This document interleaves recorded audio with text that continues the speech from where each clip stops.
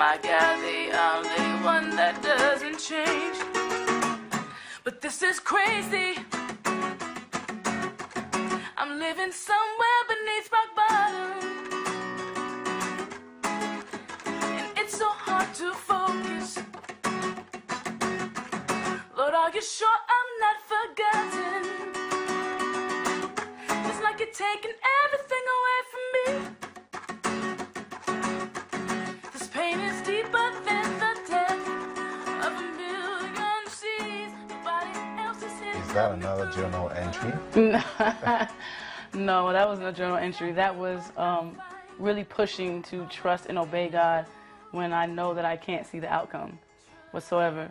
And so that just really derived from really like struggling, like, Lord, like I don't know how this is going to work out, but I know from you being who you are, I know from reading about who you are, I know from who you have been to me, I have no reason to doubt you at all. And so it's just a worship and a push to say, like, you're the only constant. You're the only one that is going to change. Okay. Now, what brings you to Nigeria? We are here for the Rhyme and Reason concert. We're so excited, the Excision, and it's happening at the Dome tonight. And I'm here with 3 other amazing, ridiculous poets that are from the U.S. as well. And Jackie Hill Perry, Preston Perry, Ezekiel, and we're all here to just present our art here back in Nigeria again. So Ezekiel, he's Igbo, he's Nigerian, but you know we have to work with him sometimes. He's from the States, but he's like, he always keeps me up to date and abreast on all the great things. So I'm super excited to be here because I built a strong relationship with Ezekiel and a love for Nigerian culture through Ezekiel. And then, like, I got to come here and actually experience it last year. And I tell people all the time, you have not worshiped, you have not prayed until you prayed with Nigerians. Like, for me at home, like, yeah, God, I just thank you. It was like, no, like, you got to have an experience where you call down fire. You got to have an experience. There's a reverence that you have to understand of who you're speaking to. So I went home changed, man. I was so excited, and I'm so excited to be back. So excited for tonight, beyond excited for tonight. Well, you tell a story. One of the things you're known to have said was, I've encountered years of molestation in addition to so badly, I was unable to attend school for a week and a half. Mm-hmm. You've gone through times of testing, mm-hmm.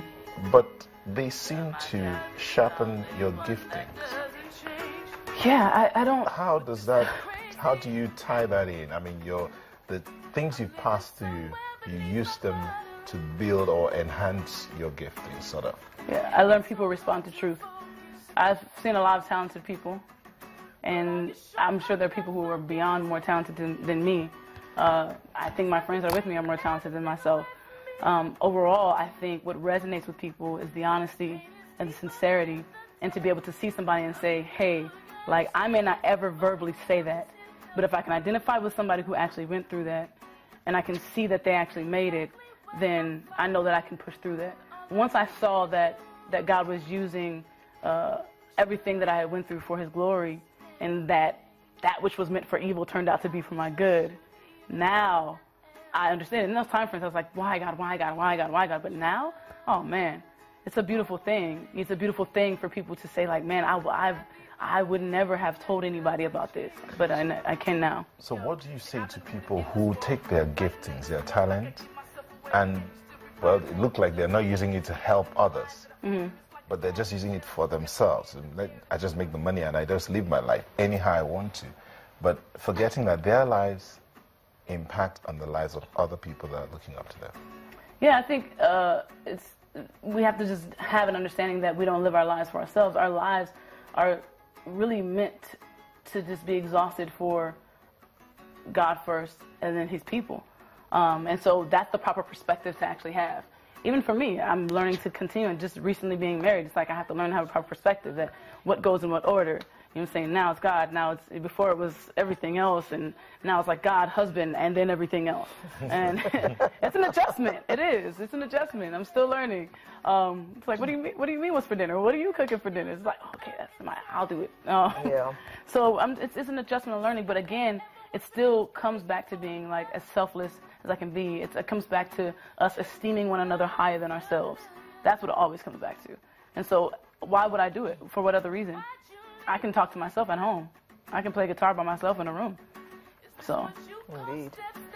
Okay, just before we go, what's your advice to people out there who have been abused, who have gone through tough times, and as a result of which they've withdrawn into their shells and are not doing anything, so to speak? Yeah, I think everybody's story is different. I think everybody's experience is different.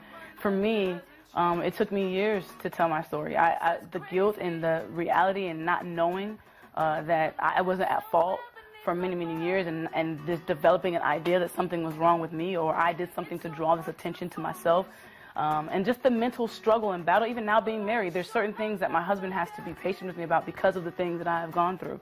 And my advice to them is to cling to the cross and the honesty and the reality of God's sovereignty, knowing from the beginning of time that these things would happen and that they would happen for purpose.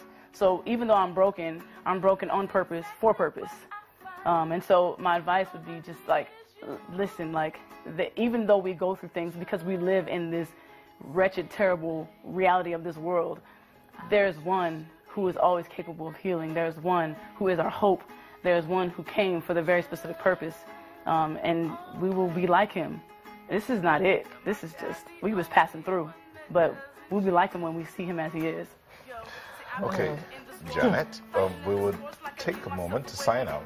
Then you would give us just a piece, a verse. A verse? Yeah. Freestyle. Okay. Well, that's been Sunrise. So today we've been speaking with Terrace Genetics, a poet and a performer, an artist, a wholesome artist. Thank you, Janette. Thank you. We'll come back for the sign out as we sign out now. Thank you so much. It's been fantastic knowing you're out there. We've had a good time on Sunrise this morning. Phone calls, the emails, and the tweets. Thank you. I'm Nell Taigwe. And if you've enjoyed it, let's do it again next Saturday. I am Alera Edu, wishing you a very happy weekend. Bye. Remember to go out and be the best you can be and love your country and love your neighbor. So over to you, Genetics.